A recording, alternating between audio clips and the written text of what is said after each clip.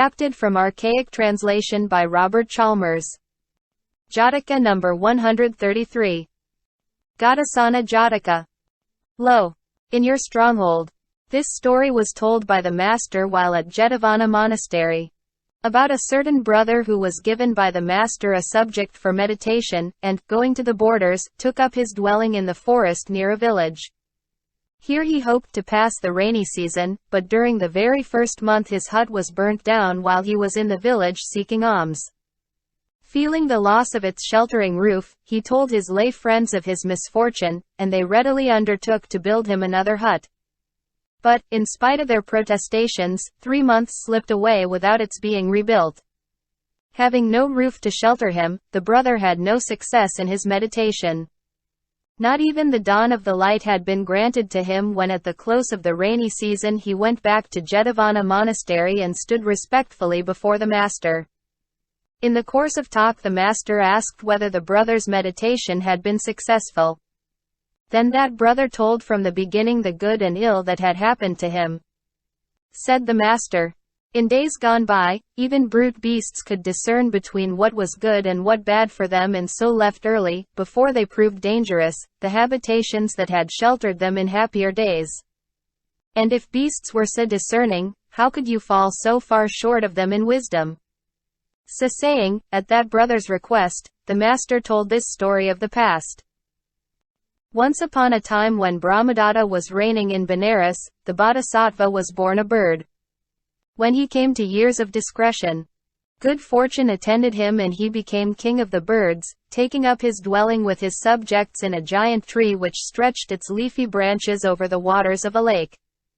And all these birds, roosting in the branches, dropped their dung into the waters below.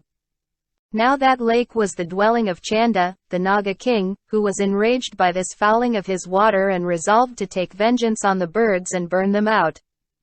So one night when they were all roosting along the branches, he set to work, and first he made the waters of the lake to boil, then he caused smoke to arise, and thirdly he made flames dart up as high as a palm tree. Seeing the flames shooting up from the water, the Bodhisattva cried to the birds, "Water is used to quench fire. But here is the water itself on fire. This is no place for us. Let us seek a home elsewhere." So saying, he uttered this stanza. Lo! In your stronghold stands the enemy. And fire did water burn. So from your tree make haste to go. Let trust to trembling turn. And on this the Bodhisattva flew off with such of the birds as followed his advice. But the disobedient birds, who stopped behind, all perished. His lesson ended, the master preached the 4 truths won arhatship. And identified the birth by saying, "The loyal and obedient birds of those days are now become my disciples, and I myself was then the king of the birds." Source. Adapted from archaic translation by Robert Chalmers. Jataka number 134. Jhānasodhana-Jātaka. With conscious. This story was told by the master while at Jetavana monastery.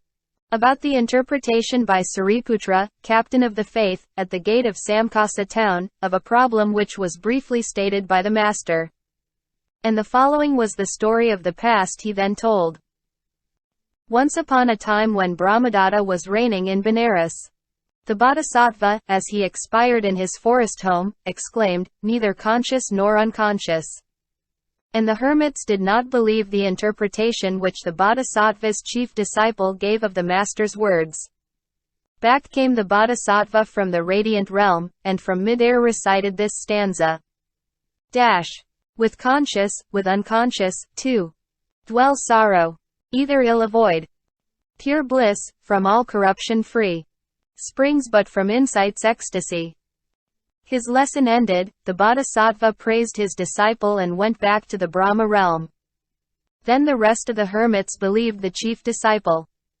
His lesson taught, the master identified the birth by saying, "In those days Sariputra was the chief disciple, and I Mahabrahma." Source. Adapted from archaic translation by Robert Chalmers. Jataka number 135. Candābha-Jātaka. Who sagely meditates. This story too was told by the master while at Jetavana monastery about the interpretation of a problem by the elder monk Sariputra at the gate of Samkasa. Once upon a time when Brahmadatta was reigning in Benares, the Bodhisattva, as he expired in his forest home, answered his disciples' inquiries with the words, "Moonlight and sunlight." With these words he died and passed to the radiant realm. Now when the chief disciple interpreted the master's words, his fellows did not believe him. Then back came the Bodhisattva and from mid-air recited this stanza.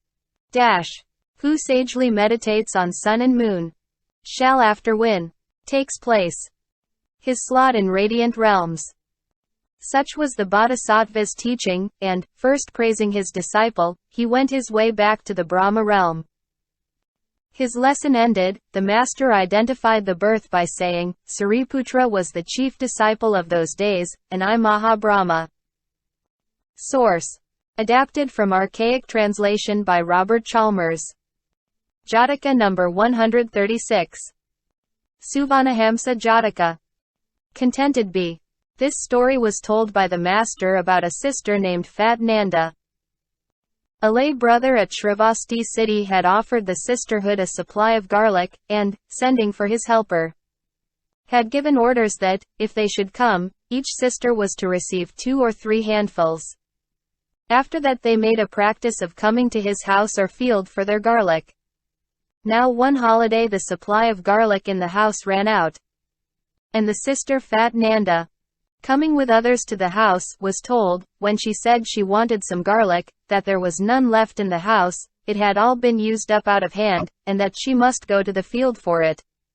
So away to the field she went and carried off an excessive amount of garlic.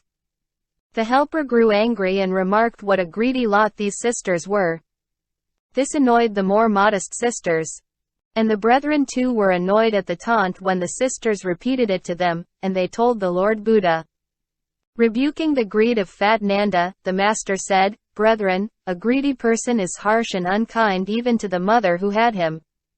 A greedy person cannot convert the unconverted, or make the converted grow in grace, or cause alms to come in, or save them when come in. Whereas the modest person can do all these things.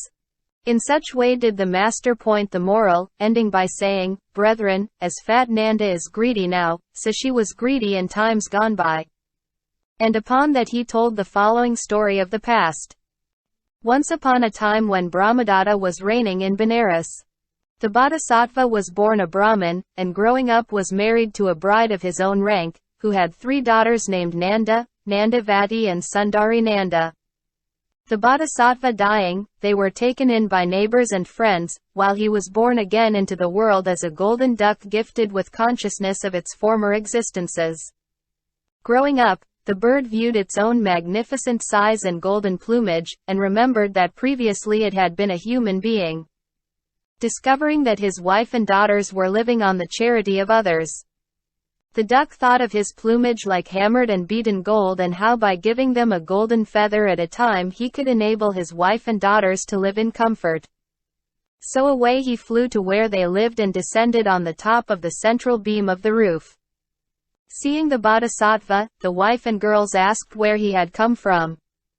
And he told them that he was their father who had died and been born a golden duck, and that he had come to visit them and put an end to their miserable necessity of working for hire. You shall have my feathers, said he, one by one, and they will sell for enough to keep you all in ease and comfort. So saying, he gave them one of his feathers and departed.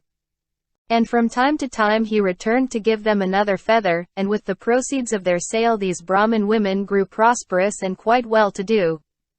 But one day the mother said to her daughters, There's no trusting animals, my children. Who's to say your father might not go away one of these days and never come back again? Let us use our time and pick him clean next time he comes, so as to make sure of all his feathers. Thinking this would pain him, the daughters refused. The mother in her greed called the golden duck to her one day when he came, and then took him with both hands and plucked all of him.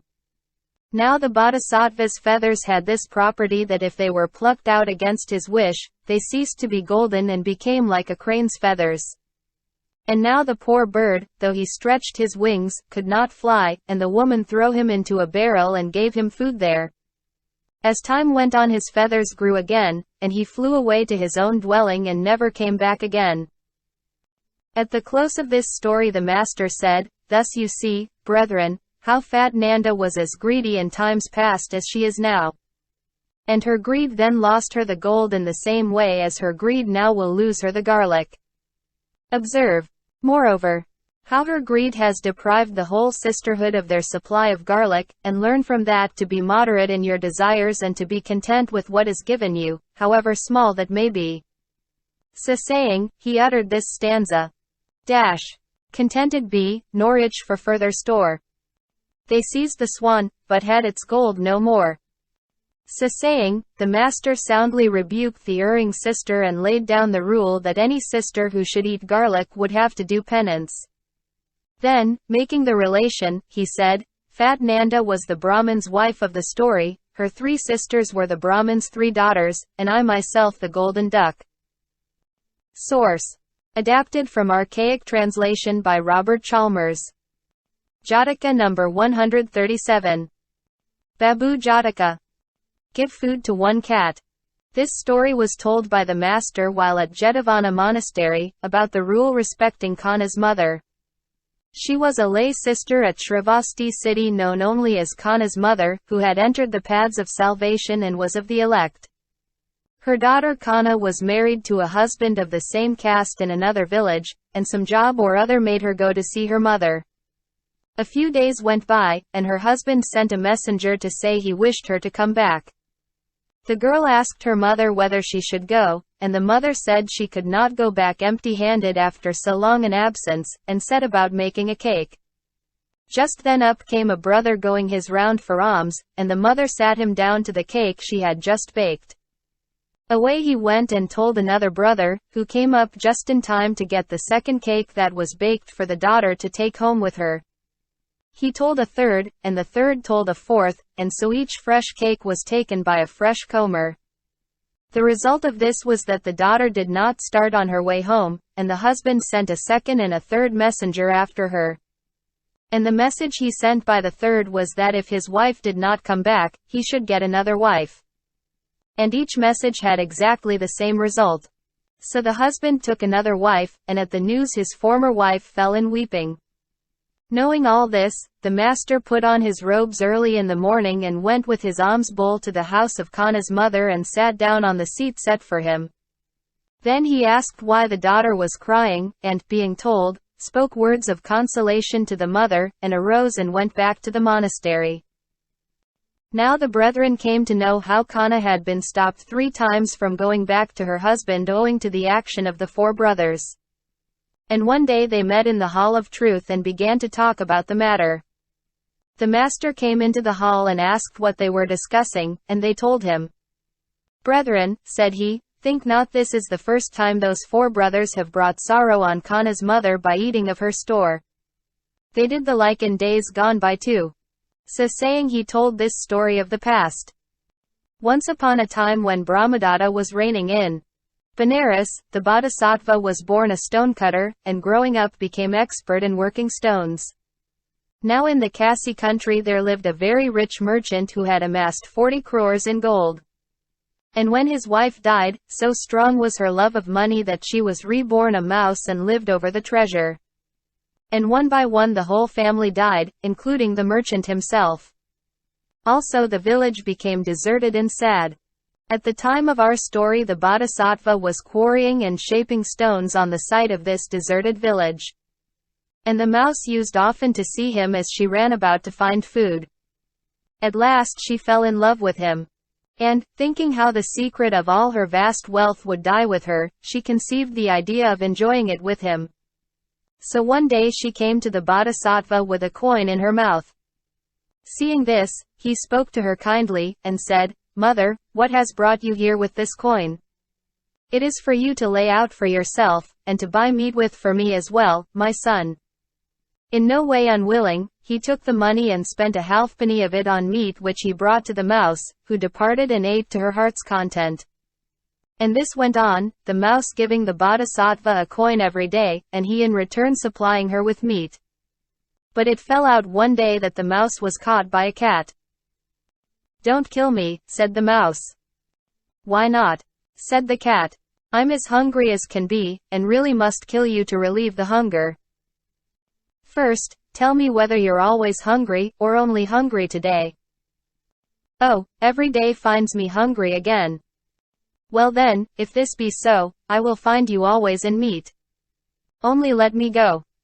"Mind you do then," said the cat, and let the mouse go. As a consequence of this, the mouse had to divide the supplies of meat she got from the bodhisattva into 2 portions and gave one half to the cat, keeping the other for herself. Now, as luck would have it, the same mouse was caught another day by a second cat and had to purchase her release on the same terms. So now the daily food was divided into 3 portions. And when a third cat caught the mouse and a like arrangement had to be made, the supply was divided into 4 portions. And later a fourth cat caught her, and the food had to be divided among 5, so that the mouse, reduced to such short commons, grew so thin as to be nothing but skin and bone. Remarking how emaciated his friend was getting, the bodhisattva asked the reason. Then the mouse told him all that had happened to her. "Why didn't you tell me all this before?" said the bodhisattva. "Cheer up, I'll help you out of your troubles." So he took a block of the purest crystal and scooped out a cavity in it and made the mouse get inside. "Now stop there," said he, "and don't fail to fiercely threaten and abuse all who come near." So the mouse crept into the crystal cell and waited. Up came one of the cats and demanded his meat. "Away, nasty cat," said the mouse. "Why should I supply you? Go home and eat your kittens." Infuriated at these words, and never suspecting the mouse to be inside the crystal, the cat sprang at the mouse to eat her up. And so furious was its spring that it broke the walls of its chest and its eyes started from its head. So that cat died and its dead body tumbled down out of sight. And the like fate in turn fell upon all 4 cats. And ever after the grateful mouse brought the bodhisattva 2 or 3 coins instead of 1 as before, and by degrees she thus gave him the whole of it. In unbroken friendship the 2 lived together, till their lives ended and they passed away to fare according to their deeds. The story told, the boaster, as Buddha, uttered this stanza. Give food to 1 cat, number 2 appears. A third and fourth succeed in fruitful line. See the 4 that by the crystal died. His lesson ended, the master identified the birth by saying, "These 4 brethren were the 4 cats of those days, Kanha's mother was the mouse, and I the stonecutter."